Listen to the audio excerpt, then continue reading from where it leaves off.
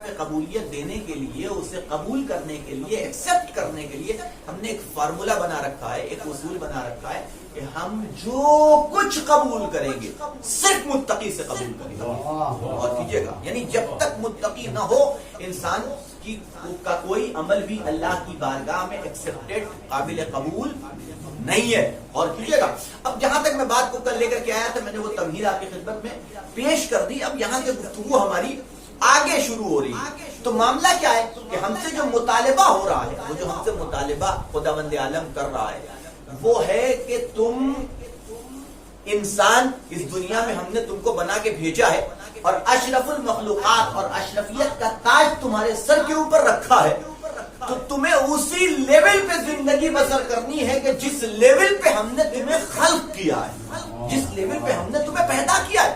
ہم نے تمہیں اشرف المخلوقات بنا کے بھیجا ہے۔ اب اشرف المخلوقات کا مطلب کیا ہے؟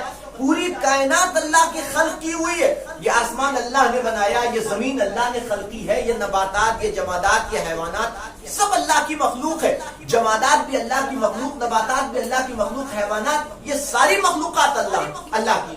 لیکن ان تمام مخلوقات میں جو اشرف ترین مخلوق ہے اسے انسان کہا جاتا ہے، کہ جسے خلق کر کے خداوند عالم اپنا قصیدہ پڑھ رہا ہے کہ احسن الخالقین، میں کتنا بہترین خلق کرنے والا ہوں، کتنا بہترین خلق کرنے والا ہوں، کتنا بہترین پیدا کرنے والا ہوں۔ اور یقین مانیے کہ تمام مخلوقات میں اللہ نے کسی کے لیے کوئی انتظام نہیں کیا جتنا انتظام انسان کے لیے کیا۔ 1,24,000 انبیاء کا سلسلہ اگر جاری ہو رہا ہے تو کس کے لیے؟ انسان کے لیے۔ اور کیجئے گا، اس کے بعد اوصیاء کا سلسلہ جاری ہو رہا ہے تو کس کے لیے؟ انسان کے لیے۔ ہر مرحلے میں جنت کا تصور انسان کے لیے، جہنم کا تصور انسان کے لیے، نعمتیں انسان کے لیے، ساری کائنات کو خداوند عالم نے انسان کے لیے سخر لکم ما فی السماوات و ما فی الارض، کہ آسمان و زمین میں جو کچھ بھی ہے وہ ہم نے تمہارا تابع قرار دیا ہے۔ اور کیجئے گا، یعنی آسمان و زمین میں جو کچھ بھی ہے وہ سب انسانوں کے لیے بنایا۔ اب انسانوں کو کس کے لیے بنایا ہے اس کی بھی وضاحت کر دی کہ ساری کائنات ہم نے تمہارے لیے بنائی ہے اور تم کو اپنے لیے بنایا۔ ایک سلوات پڑھتے محمد والے۔ یہ اصول خداوند عالم انسانوں کے حوالے سے بیان۔ تو مطالبہ بھی ویسے ہی ہونا چاہیے، مطالبہ بھی ویسے ہی ہونا چاہیے۔ اللہ نے انسان کو مختار خلق کیا ہے۔ مختار یعنی پاور رکھنے والا، اختیار رکھنے والا، اپنے ارادے اور اپنے اختیار سے عمل کرنے والی مخلوق کو انسان کہا جاتا ہے۔ اپنے ارادے اور اپنے اختیار سے عمل کرنے والی مخلوق، ورنہ کائنات کی ہر شری وہ اپنا ہر عمل ارادے اور اختیار سے انجام دے رہا ہے، اپنا ہر عمل ارادے اور اختیار سے انجام دے رہا ہے۔ اور ہم سے جو مطالبہ ہے وہ مطالبہ کیا ہے؟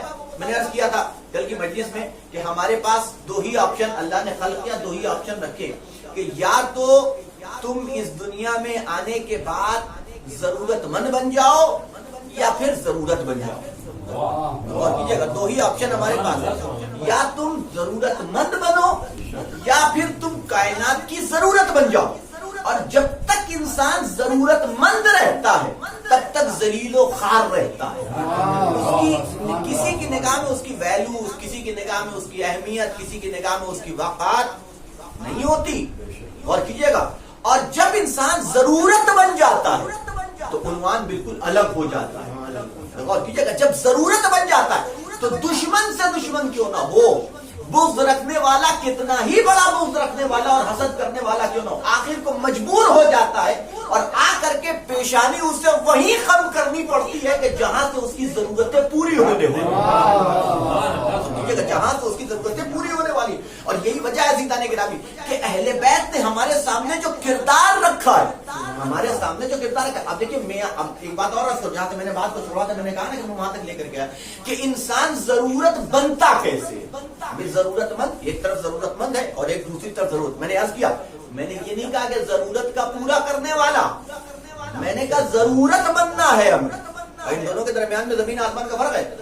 ایک طرف ہے ضرورت مند، دوسری طرف ہے ضرورت۔ میں نے یہ نہیں کہا کہ ضرورت کا پورا کرنے والا، ضرورت کا پورا کرنے والا الگ ہے، ضرورت کا پورا کرنے والے ڈھیروں مل جائیں گے۔ اور کیجئے گا، میں کیا کروں، بات یہاں ضرورت کے پورا کرنے والے کی نہیں ہے، بات ضرورت کی ہے۔ بھئی ایک ضرورت کا پورا کرنے والا چلا گیا تو دوسرا اسی جگہ لے لے گا، دوسرا ضرورت کا پورا کرنے والا چلا گیا تو تیسرا اسی جگہ لے لے گا۔ لیکن اگر کوئی ضرورت بن جائے، اور کیجیے گا، اگر کوئی ضرورت بن جائے تو اس کے بغیر کسی کا کام چلنے والا نہیں ہے۔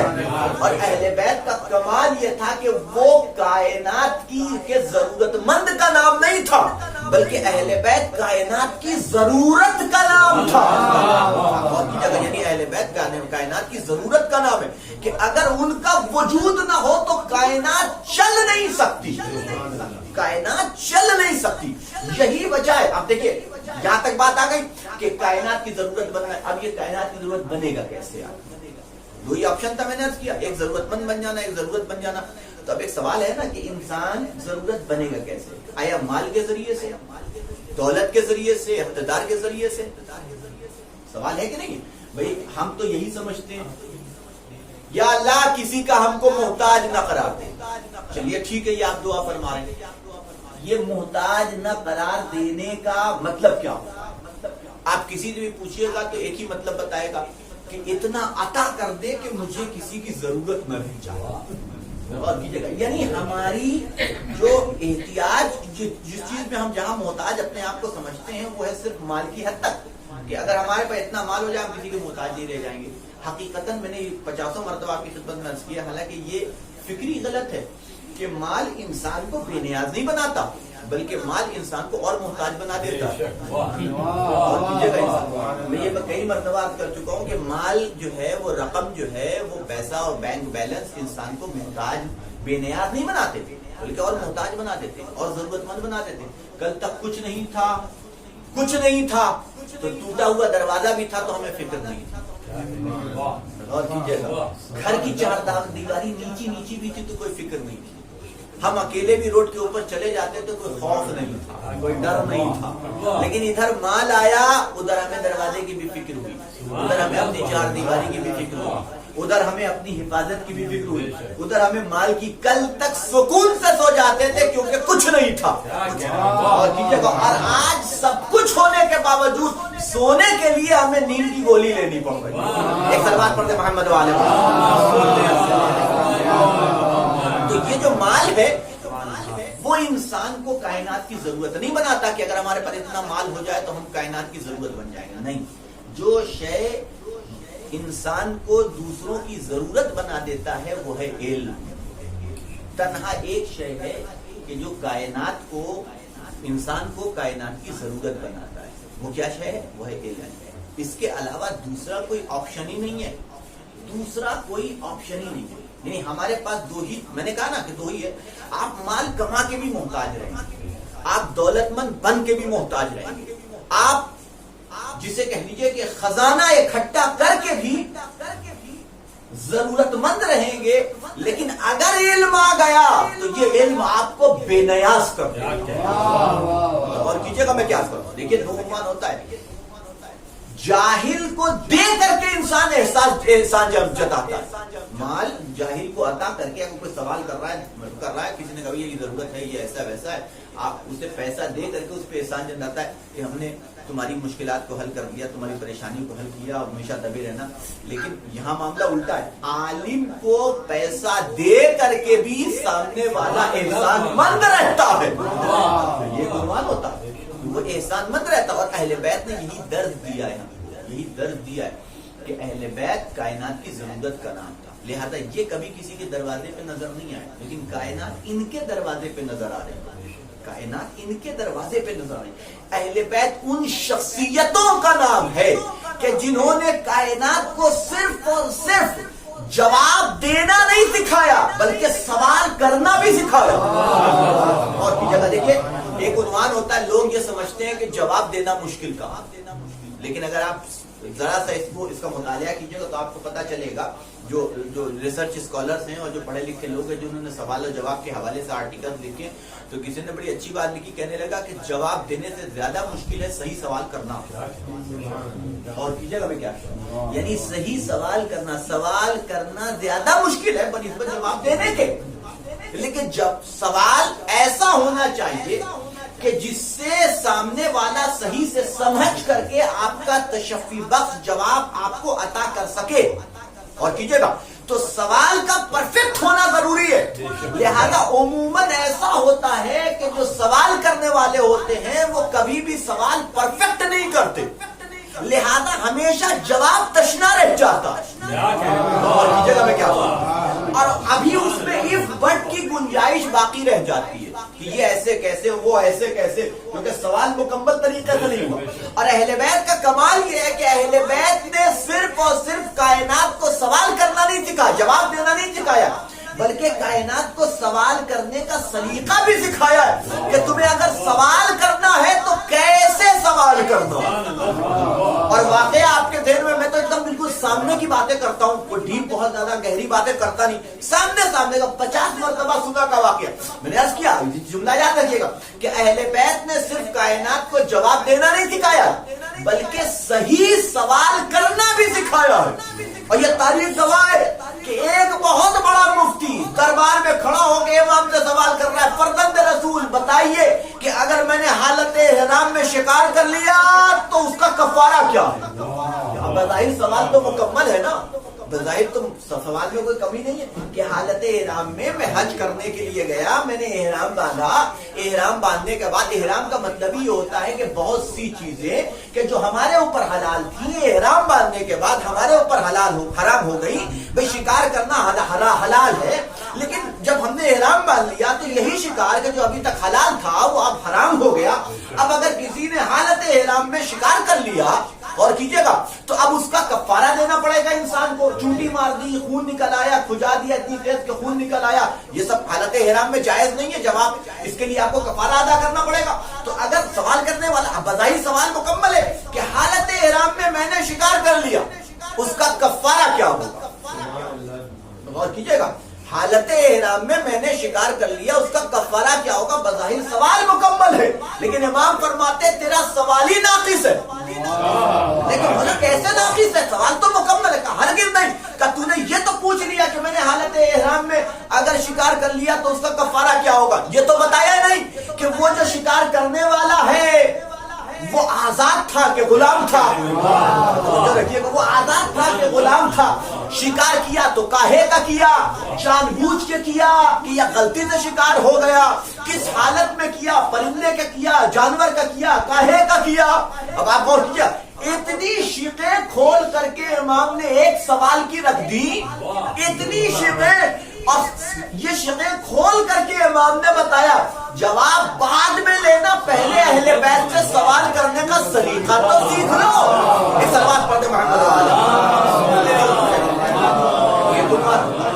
اہل بیت نے جو درد دیا ہے وہ درد دیا کہ کائنات کو کہ سوال کیا کیسے جاتا ہے, سوال کیسے کیا جاتا ہے. اور ہمارا اور آپ کا معاملہ کیا ہے کہ ہماری اور آپ کی جو کنڈیشن ہے وہ اہل بیت سے بالکل برعکس ہے. یہ ایک لمحہ فکری ہے. دیکھیے زمانہ جو آنے والا ہے وہ اتنا خطرناک ہے اور اتنا جسے کہہ لیے کہ ڈینجر زمانہ ہے کہ اس میں ہم کو بہرحال اب اتنا کم وقت رہ گیا ہے کہ اگر ہم نے اپنی غلطیوں سے سبق نہ سیکھا تو جو کنڈیشن ہماری ہے شاید اس سے بری کنڈیشن ہو جائے, جو حالت ہماری اس سے بری حالت ہو جائے.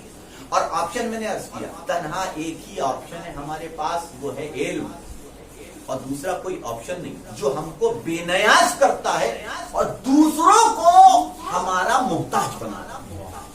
صرف یہ علم ہے کہ جو ہمیں یہ عنوان عطا کر سکتا ہے کہ ہم کائنات میں اس طریقے سے زندگی بسر کریں اور اس عنوان سے زندگی بسر کریں کہ کائنات ہماری محتاج ہو جائے, کائنات ہماری محتاج. وہ پہلی شے کا نام ہے علم, اس لیے کہ علم ایک ایسی بنیاد ہے نا. دیکھیے ایک سلوات پڑھ دیں محمد,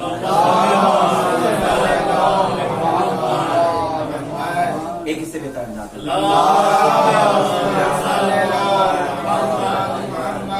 علم ایک ایسی بنیاد ہے کہ میں نے ابھی کل کی مسجد میں بھی یہ بات عرض کی تھی, یہاں پہ بھی عرض کروں کہ بہت سی چیزیں ایسی ہوتی ہیں کہ جو کئی معنی میں استعمال ہونے لگتی ہے. ایک لفظ ہے جو کئی معنی میں استعمال ہونے لگتا ہے کہ نہیں. ان میں سے ایک لفظ محبت. یہاں بیٹھا ہوا ہر انسان جہاں جہاں مجلسیں ہو رہی ہیں پوری دنیا میں آپ ٹہل کر کے آ جائیے، گھوم کر کے آ جائیے، جو مجلسوں میں شرکت کر رہا ہے، بیٹھ رہا ہے مجلسوں میں، آ رہا ہے، جا رہا ہے، اگر آپ اس سے سوال کیجئے گا کیوں آ رہے ہیں بھائی مجلس میں، سب کا جواب یہ ہوگا کہ ہم محب اہل بیت کے چاہنے والے۔ لیکن یہ بات بھی ذہن میں رکھنی چاہیے کہ محبت اور پسندیدگی یہ دو الگ الگ چیزوں کا نام ہے۔ ہم کبھی کبھی پسندیدگی کو محبت کا نام دے دیتے ہیں کہ چونکہ ہمیں پسند ہے، وہ پسندیدگی الگ ہے اور محبت الگ ہے۔ پسندیدگی کے تقاضے الگ ہوا کرتے ہیں اور محبت کے تقاضے الگ ہوا کرتے ہیں، دونوں کے درمیان میں فرق ہے۔ پسندیدگی کے لیے علم کی ضرورت نہیں ہے، بلکہ بس آنکھوں کا بھا جانا ہی کافی ہے۔ پسندیدگی کے لیے علم کی شرط نہیں ہے، بس ہماری آنکھوں کو بھا گیا، تو ہمیں پسند ہے۔ اور کیجیے گا میں کیا کہتا ہوں، لیکن اور یہ بھی یاد رکھیے گا کہ اسی لیے ہر ایک کی پسند الگ الگ ہوتی ہے۔ اور کیجیے گا میں کیا کہتا ہوں، پسندیدگی اور محبت کے درمیان میں جو بنیادی فرق ہے وہ یہ فرق ہے کہ پسندیدگی کا تعلق ہم کو یہ چیز اچھی لگ رہی ہے، یہ کلر، آپ کو وہ کلر اچھا لگتا ہے، ان کو یہ چیز اچھی لگتی ہے، ان کو وہ چیز، ان کو یہ ڈیزائن اچھی لگتی ہے، ان کو وہ ڈیزائن اچھی لگتی ہے۔ اس کا تعلق یہ محبت نہیں ہے، اسے کہا جاتا ہے پسندیدگی، ہے کہ نہیں؟ اور ہر آدمی کی پسند مختلف ہوتی چلی جاتی ہے، آدمی بدلتا جاتا ہے، پسند الگ ہوتی چلی جاتی ہے۔ لیکن محبت کا تعلق، اس کا معیار صرف ایک ہوا کرتا ہے، اور محبت جب بھی ہوگی، پسندیدگی کے لیے میں نے عرض کیا پسندیدگی کے لیے علم کی ضرورت نہیں ہے، نالج کی ضرورت نہیں ہے، لیکن محبت کے لیے بہرحال علم کی ضرورت ہے۔ غور کیجیے گا میں کیا عرض کروں، یعنی جاہل محبت کر ہی نہیں سکتا۔ غور کیجیے گا میں کیا عرض کروں، جاہل محبت کر ہی نہیں سکتا، اس لیے کہ محبت کبھی ظاہر کو دیکھ کے ہوتی ہی نہیں ہے۔ محبت جب بھی ہوتی ہے کسی کمال کی بنیاد پہ ہوتی ہے، کسی شرف کی بنیاد پہ ہوتی ہے۔ وہ کمال، وہ شرف نظر آئے گا تبھی جا کے وہ حقیقی محبت ہوگی۔ اور پسند بدلی جا سکتی ہے، محبت کو بدلا نہیں جا سکتا۔ پسند کو چینج کیا جا سکتا ہے لیکن محبت کو چینج نہیں کیا جا سکتا۔ اور اسی بنیاد پہ یہ بات میری اپنی بات ہو سکتا ہے کوئی اس سے متفق نہ ہو، اسی بنیاد پہ میں یہ بات کہتا ہوں کہ جاہل کبھی بھی محب اہل بیت ہو ہی نہیں سکتا۔ اہل بیت سے محبت کے لیے بھی علم کی ضرورت ہے۔ جتنا علم بڑھتا چلا جائے گا، اہل بیت کی محبت کا درجہ بھی ہے، وہ زینہ بھی جو ہے بلند ہوتا چلا جائے گا۔ اور کیجیے گا میں کیا دونوں کے درمیان میں زمین آسمان کا فرق ہو گیا۔ میں نے عرض کیا کہ آج شاید ہو سکتا ہے زیادہ دیر میں مجلس نہ پڑھ پاؤں کیونکہ طبیعت بھی کچھ ناساز ہے، لہٰذا اپنی بات کو سمیٹنے کی کوشش کر رہا ہوں، زیادہ پھیلنے بھی نہیں دینا ہے بات کو۔ تو محبت کا عنوان یہ ہے کہ محبت کے لیے علم شرط ہے، جیسا علم ہوگا ویسی محبت، جس معیار کا علم ہوگا اس معیار کی محبت۔ اور کیجیے گا میں کیا کروں، ہے کہ نہیں؟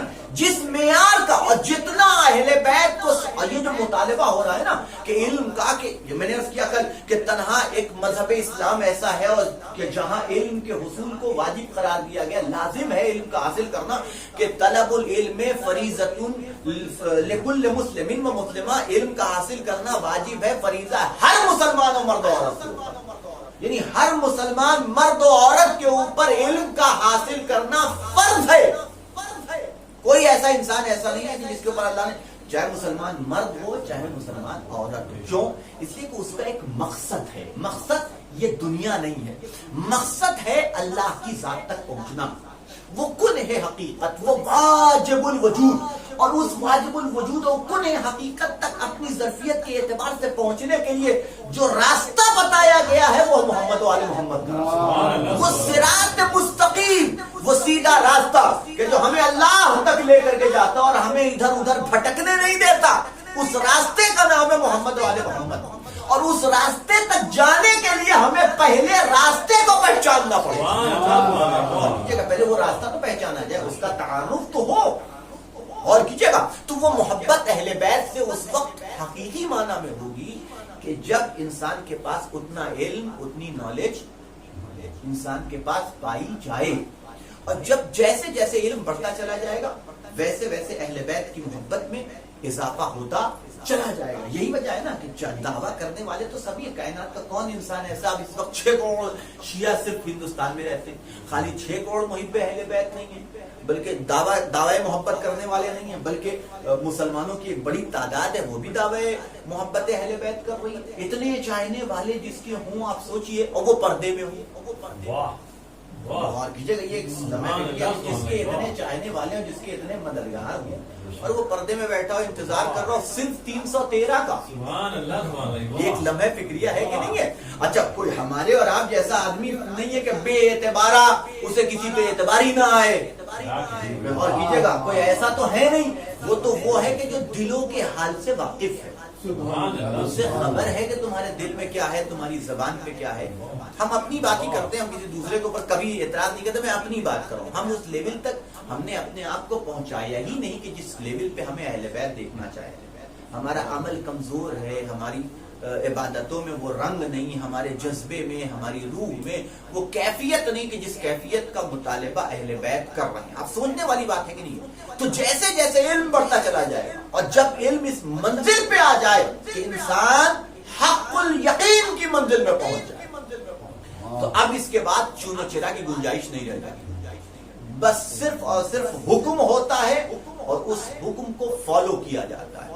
کیوں, کیسے, کب, یہ گنجائش نہیں رہ جاتی. تاریخ نے ہمیں منظر دکھایا نا کہ آنے والا کہہ رہا فرزند رسول بڑے چاہنے والے ہیں ہم آپ کے, بڑی محبت کرنے والے ہیں, بڑی عقیدت رکھنے والے ہیں. تو امام نے صرف اور صرف اس کی محبت کی اوقات اسے دکھانے کے لیے کہا کہ یہ تنور روشن ہے, کود جاؤ. اور وہ بیچارہ آپ سوچئے کوئی آ کر کے کہے آپ سے میں محبت کرتا ہوں, آپ سے بڑا عقیدت رکھتا ہوں. بہت سے لوگ آتے ہوں کہتے ہوں گے نا بیٹا میں تمہیں بڑا چاہتا ہوں, بڑی محبت کرتا ہوں, ان سے کہیے جائیے چھت پر کود جائیے. یہ کون سی بات ہوئی؟ سوال ہوگا کہ نہیں ہوگا, ہے کہ نہیں؟ تو ہم آپ سے محبت کا اظہار کر رہے ہیں اور آپ ہمیں مارنے پہ تلے ہوئے. یہی بات ہے کہ فرد رسول کون سی خطا ہو گئی, کون سی غلطی ہو گئی, آپ ہم سے کہہ رہے ہیں کہ اس میں چلے جاؤ. ٹھیک ہے کوئی بات نہیں, اٹھا دیا گیا سرپوش کا ڈھکن, تھوڑی دور ہارون مکی ادھر سے تشریف لے کر گیا. ابھی وہ آئے ہیں سفر, لمبا سفر کر کے, بوریا بستر لیے ہوئے اور لے کر کے پہنچے فرزند رسول کی بارگاہ میں. کہ فرزند رسول سلام علیکم, جواب سلام, کہ ہارون تندور روشن ہے, کود جاؤ. اور سرپوش ہٹایا بغیر چونو چرا کے اندر, اور سرپوش امام نے ڈھانپ دیا. اب آپ سوچئے ان کی کیفیت چھوڑیے, جو ہارون کا ہوا وہ چھوڑیے, جو بیٹھا ہوا آدمی تھا اس کی کنڈیشن کیا ہوگی اتنی دیر. آپ سوچئے اس کی فکر کیا ہوگی, وہ کتنی کیا یعنی کیا کنڈیشن ہوگی, کیا سوچ رہا ہوگا یہ کیا ہو رہا ہے. کہ وہ اور اطمینان سے امام بیٹھے ہوئے, اطمینان سے امام بیٹھے ہوئے اور سکون سے باتیں کر رہے ہیں اور کچھ نہیں بول رہے.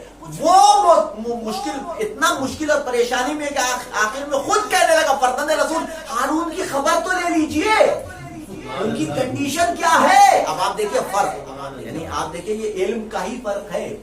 یہ فرق جو ہے وہ علم اور معرفت کا. علم پہلے سینے کا نام ہے, معرفت دوسرے سینے کا. جب علم ہوگا تو معرفت ہوگی, اس کا فرق ہے. ایسا نہیں ہے کہ میں یہ نہیں کہہ رہا ہوں وہ چاہنے والا نہیں تھا چاہنے والا, لیکن جاہل چاہنے والا. اور کیجیے گا میں کہتا ہوں بغیر اس لیول کے علم کا چاہنے والے تھا والا تھا, کہ جس لیول کے علم کا مطالبہ خدا معصوم اپنے چاہنے والوں سے کر رہے ہیں. وہ بھی چاہنے والا تھا, لیکن وہ محبت ایسی نہیں تھی کہ جس کے پشت پناہی میں علم موجود ہو, جس کی بیکنگ علم کر رہا ہو. اور کیجیے گا میں کیا کروں, لہذا وہ ڈر گیا. لیکن ہارون مکی کود گئے, کہ تم خود دیکھ لو کنڈیشن کیا. اب جو ہٹایا گیا سرپوش تو دیکھا بڑے اطمینان سے بیٹھے ہوئے, اور فخر ابراہیم اور ان کے حکم پہ گلزار ہونے والی آگ, اور وہاں بیٹھے ہوئے تسبیح و تحلیل کر رہے ہیں. اور پھر امام نے کہا ہارون باہر آ جاؤ. اب ایک تاریخ میں نے پڑھا ہارون نے کہا مولا بہت تھکا ہوا, تھوڑی دیر اور کیجیے گا میں کیا کروں, تھوڑی دیر اور. کہا نہیں ہارون آپ آ جاؤ واپس. اور واپس آ گئے جناب ہارون. آپ سوچئے, دیکھیں دونوں کردار ہمیں ایک ساتھ نظر آ گئے, ہے کہ نہیں؟ اگر اس آدمی کو اتنا علم ہوتا کہ امام کا پاور کیا ہے, امام کی طاقت کیا ہے, اور کیجئے گا, تو یہ ہرگز امام سے سوال نہ کرتا, فضلت رسول ہم آپ سے محبت کا اظہار کر رہے ہیں اور آپ ہمیں جلانا چاہتے ہیں. اور ہارون مکی نے سوال نہ کر کے بتایا کہ ہم امام کی عظمت کو بھی جانتے ہیں اور امام کے اختیار سے بھی واقف ہیں, وہ علم ہمارے پاس ہے کہ جو امام کی معرفت ہمیں عطا کر رہا ہے, اور ہمیں پتا ہے کہ یہ فخر ابراہیم ہے, اگر یہ چاہیں تو ابھی یہ آگ گلزار ہو جائے. ایک سلوات پڑھتے محمد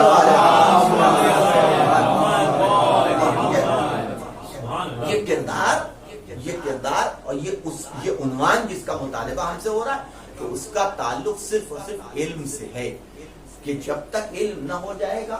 اور یہی وجہ ہے کہ جب امام آئیں گے تو امام کے جو ساتھی ہوں گے, کیا امام جاہلوں کو لے کے جنگ لڑیں گے؟ سوچنے والی بات ہے. دیکھیے تھوڑا سا ایک بات ہوتا ہے نا, ایک قاعدے کا پڑھا لکھا آدمی ہو نا, وہ بھی گوارا نہیں کرتا کہ اس کے آس پاس کوئی جاہل بیٹھے. یقین مانیے, یعنی آپ کسی بھی پڑھے لکھے سے آدمی سے بیٹھی, اور اگر بیٹھتا ہے نا تو جتنی دیر وہ بیٹھا رہتا ہے چپ ہی رہتا ہے, عالم چپ رہتا ہے. اس سے کیا بات کریں ہم, اس سے کیا گفتگو کریں ہم؟ اس کی سطح علمی ذہنی سطح اس لائق ہی نہیں کہ ہم اس کے سامنے کوئی بات کریں, کوئی ڈسکس کریں. اور کیجئے گا, لہذا وہ چپ رہے گا. ہاں اب اگر جیسے اس کو ایک پتا چل جائے کہ یہ پڑھے لکھے ہیں, یہ علم رکھنے والے, یہ علم رکھنے والے, اب آپ دیکھیے کیسے علم کا دریا بہنا شروع ہوتا ہے. وہ کچھ بتاتا ہے, کچھ سنتا ہے, کچھ اپنے علم کو ٹرانسفر کرتا ہے, وہ اپنے علم کو ٹرانسفر, اور گفتگو کا آغاز ہونے لگتا ہے. اور کیجئے, لیکن اگر جاہل بیٹھو تو سوچیں رکھنے والا وہ جاہلوں کو اپنے پاس بیٹھانا گوارا نہیں حامل ہو, جو کہ معصوم ہو, کیا وہ گوارا کرے گا کہ اس کے ارد گرد رہنے والے جاہل ہوں؟ اسی لیے مطالبہ کیا جائے, اس لیول تک تو لے آؤ اپنے آپ کو کہ امام کے جانثاروں میں تمہارا شمار ہو سکے. اور جانتے یہ مطالبہ کیوں؟ یعنی اس وقت آج کے دور میں رسول اللہ کے دور کی بات نہیں کر رہا ہوں, کسی معصوم کے دور کی, اس دور کی بات کر رہا ہوں. اس دور کے ہر شیعہ کو کہ جسے امام کے جانثاروں میں شمار ہونا ہے اپنے آپ کو, اس کے لیے واجب ہے کہ وہ زیادہ سے زیادہ علم حاصل کرے. میں نے علم بات اس لیے کہہ رہا ہوں کہ میں صرف علم دین کی بات ہی نہیں کر رہا ہوں. علم کا تعلق صرف علم دین سے نہیں, علم دین کا جتنا مطالبہ ہے وہ ضرورت کے اعتبار سے, ضروری کم سے کم جو ضروری دین کی معلومات ہے وہ انسان کو ہونی چاہیے, تاکہ وہ خود عمل اپنا صحیح کر سکے, اور اگر کوئی اور ہو تو اس کے عمل کو بھی صحیح کر سکے. اتنی نالج اس کے پاس ہو. لیکن اس کے علاوہ یہ محدود نہیں نہ ہے علم کہ صرف دین کا. اور میں آپ کی خدمت میں یہ بھی عرض کر دوں کہ کوئی علم ایسا ہے ہی نہیں کہ جو علم دین کا علم نہ ہو. ہر علم دینی کا علم ہے, چاہے وہ سائنس ہو, چاہے وہ علم طب ہو یعنی میڈیکل سائنس ہو, چاہے وہ سائنس ہو. جتنے علوم ہے سب کا تعلق دین سے ہے, کیونکہ کوئی ایسا علم ہی نہیں کہ جس کے سرچشمے کا نام اہل بیت نہ ہو. ہر علم اگر سرچشمہ ہے کہ نہیں, سائنس کیا ہے یہ بتا رہے ہیں, میڈیکل کسے کہا جاتا ہے یہ بتا رہے ہیں, علم دین بھی یہی کے یہاں سے, سارے علوم یہی سے تو نکل رہے ہیں. اور کیجئے گا, اور میں نے عرض کیا تھا مجلس میں, پہلی مجلس میں یہ بات عرض کیا تھا کہ دین کا معاملہ یہ ہے کہ کوئی جو چیز دین بناتی ہے, کسی بھی چیز کو دین بناتی ہے, وہ انسان کی نیت ہے. وہ کس نیت سے کیا سیکھ رہا ہے, وہ کس نیت سے کیا پڑھ رہا ہے, یہ طے کرے گا کہ وہ دین کا علم حاصل کر رہا ہے یا دنیا کا علم حاصل کر رہا ہے. یہ طے کرے گا نا نیت اس کی. ہم میڈیکل پڑھ رہے ہیں, ہم انجینئرنگ پڑھ رہے ہیں, مقصد کیا ہے ہمارا, کس نیت سے پڑھ رہے, وہ نیت کیا ہے؟ ہماری نیت یہ ہے کہ جب ہم اپنی قوم میں پڑھ لکھ کے اس معیار پہ پہنچ جائیں گے تو اپنی قوم کے لیے شناخت کا سبب بن جائے گی, ہمارے ذریعے سے ہماری قوم پہنچائی جائے گی. اب آپ کے بتائیے, یہ دین کا علم نہیں ہے تو کاہے کا علم؟ یہ علم حاصل کرنا عبادت نہیں ہے تو کیا ہے؟ چونکہ مقصد, وہ ارادہ, وہ مقصد, وہ نیت جو ہے وہ اہم ہے کہ جو اسے عبادت بناتی ہے. پہلی منزل میں نے آپ کی خدمت میں عرض کیا تھا, آپ حضرات کے ذہنوں میں محفوظ ہوگی یہ بات. اور کیجئے گا, تو کوئی علم ایسا نہیں ہے کہ جو اہل بیت سے نشأت نہ پا رہا ہو, جس کے سرچشمے کا نام ہو اہل بیت. ہے کہ نہیں؟ تو آج کے دور کے لیے، آج دور کے ہر جوان کے لیے لازم ہے کہ وہ زیادہ سے زیادہ علم حاصل کرے. کیوں؟ اس کی وجہ یہ ہے کہ اسے امام کے جانثاروں میں شمار ہونا ہے. اور یہ وہ بارگاہ ہے جہاں پارٹی بازی نہیں چلتی، یہاں رشوت نہیں چلنے والی، یہاں سورس نہیں چلنے والا، یہاں صرف ایبلٹی اور کوالٹی اور اہلیت دیکھی جائے. اور یہاں عہدہ پانے کے لیے اہلیت دیکھی جائے گی، یہاں عہدہ پانے کے لیے کوالٹی دیکھی جائے گی. یہ دیکھا جائے گا کس کیلیبر کا، کس لیول کا انسان ہے. اسی اور یہ لیول طے کرے گا کون سی چیز؟ وہی علم ہے کہ جو طے کرے گا.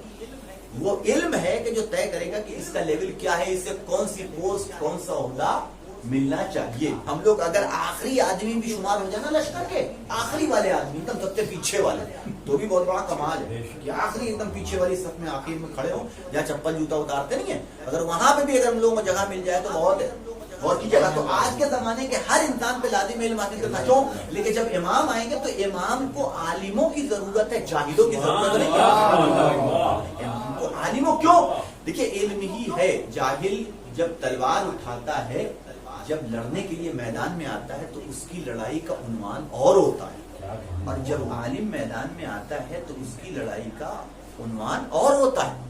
جاہل کو نہیں معلوم ہوتا کہ کب تک تلوار چلانی ہے اور کب تلوار روک لینی ہے، اسے نہیں پتا ہوتا. یہ صرف عالم جانتا ہے کہ ہم کو کس پہ تلوار اٹھانی ہے، کب تک تلوار اٹھانی ہے. اور کیجیے گا یہ علم ہی تو فیصلہ کرے گا اس کا.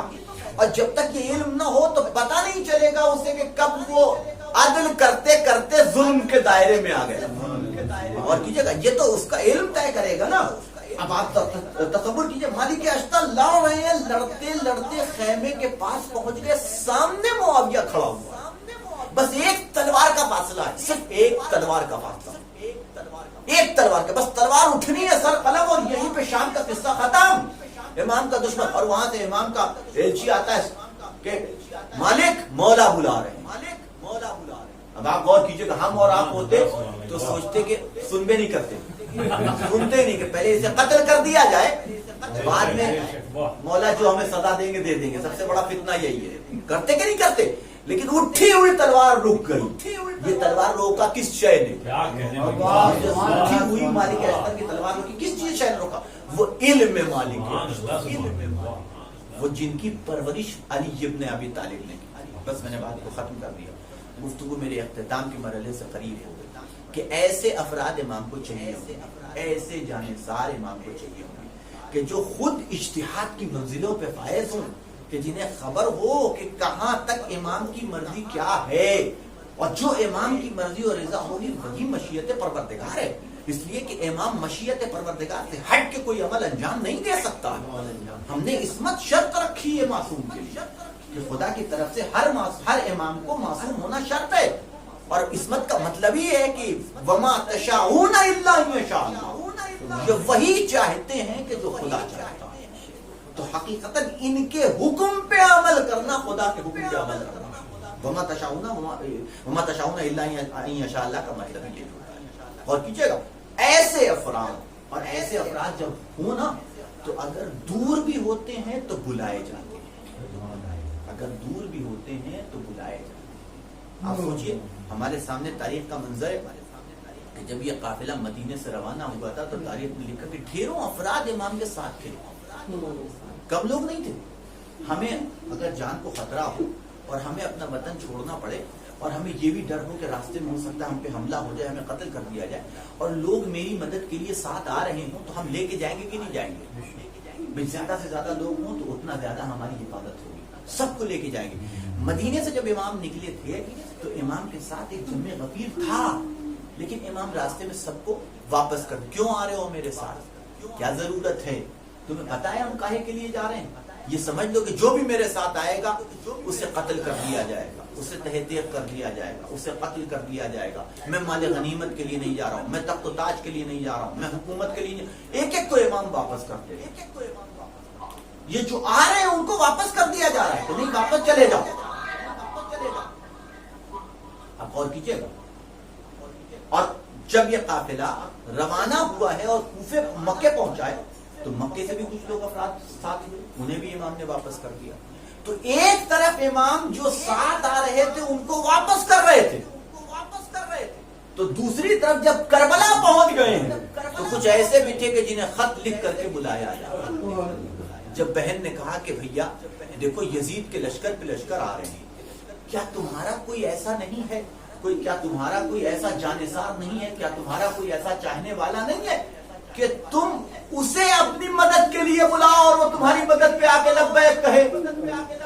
امام نے کہا ہاں ایک جانثار ہے، میرے بچپن کا دوست حبیب ابن مظاہر، جزاکم ربکم۔ آج 3 محرم ہو چکی ہے اور واقعا یہ 10 دن ہمیں اتنے مختصر سے ملتے ہیں کہ ہم اس 10 دن کے اندر تمام شہداء کربلا کا تذکرہ بھی کما حقوق کر نہیں پاتے، کہ جس طریقے سے ہمیں ان کا تعارف پیش کرنا چاہیے ویسے ہم تعارف پیش نہیں کر پاتے، ان کی خصوصیات، ان کے کمالات، ان کے صفات و کمالات کو بیان نہیں کر پاتے۔ بہرحال جتنا بھی ممکن ہے وہ عرض کیا جاتا ہے۔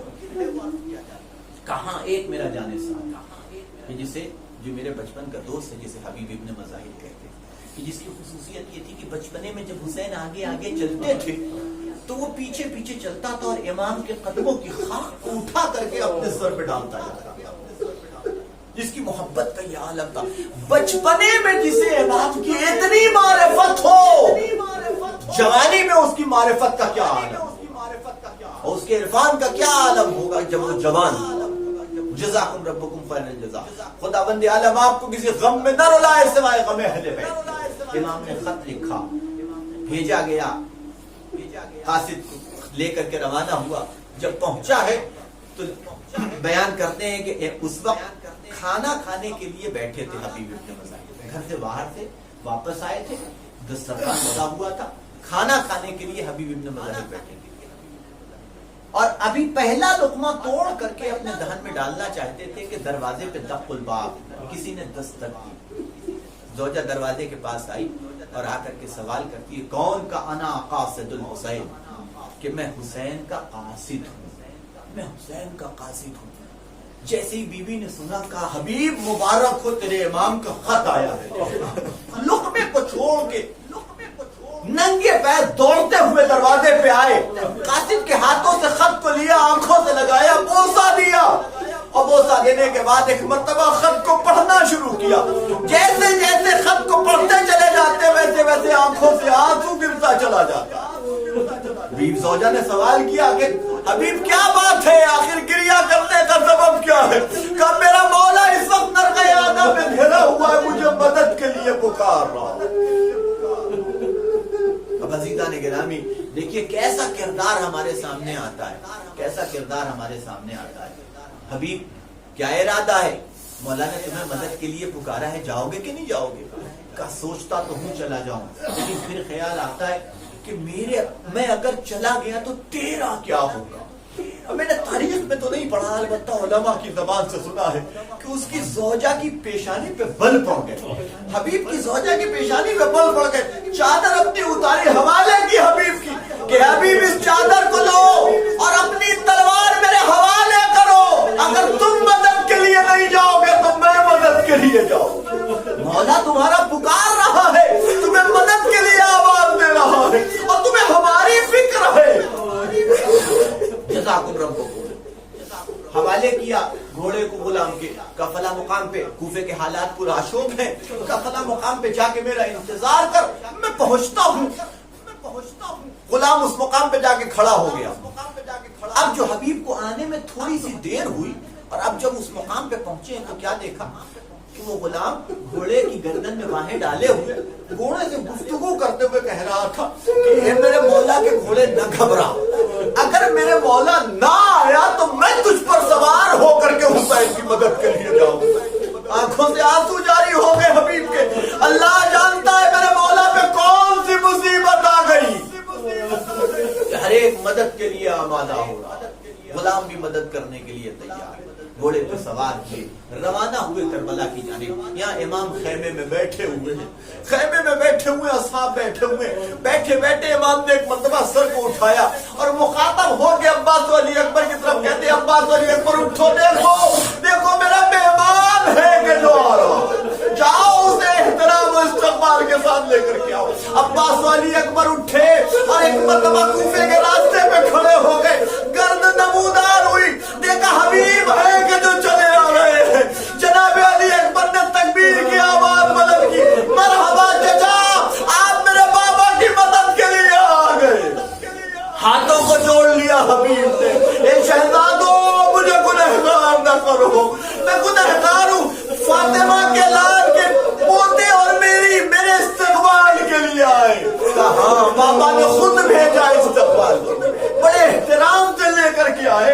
لا کر کے مولا کے پہلو میں بٹھا دیا.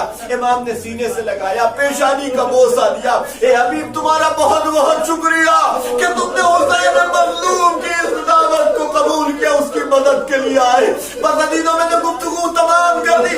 عزیزوں جب خیمہ حسین سے تکبیروں کی آوازیں بلند ہونے لگی تو ثانیہ زہرا ایک مرتبہ بے چین ہو کے فضا سے کہتے فضا ذرا خبر تو لے, دیکھیے کیسی تکبیروں کی آوازیں بلند ہو رہی حسین کے خیمے سے. فضا ذرا خیمہ پہ آئی, معلوم کیا, معلوم کر کے واپس پہنچی اور کہتی بی بی مبارک ہو, حبیب آپ کے بھائی کی مدد کے لیے آئے. شہزادی نے سنا, کہے فضا جا حبیب کو میرا سلام کہہ دے. ترے خیمہ پہ فضا آئی, اے حبیب, ارے ثانیہ زہرا تجھے سلام کہہ رہی ہے. حبیب نے اپنا منہ پیٹ لیا. ارے وہ وقت آ گیا کہ شہزادیاں غلاموں کو سلام کہیں.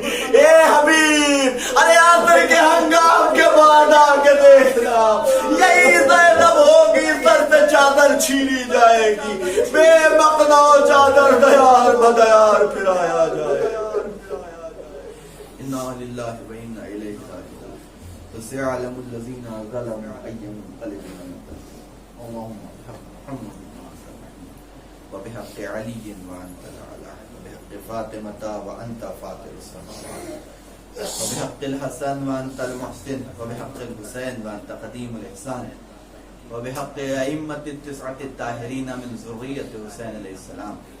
ربنا تقبل منا إنك أنت السميع العليم. ربنا آتنا في الدنيا حسنة وفي الآخرة حسنة وقنا عذاب النار. رب عاملنا بفضلك ولا تعاملنا بعدلك.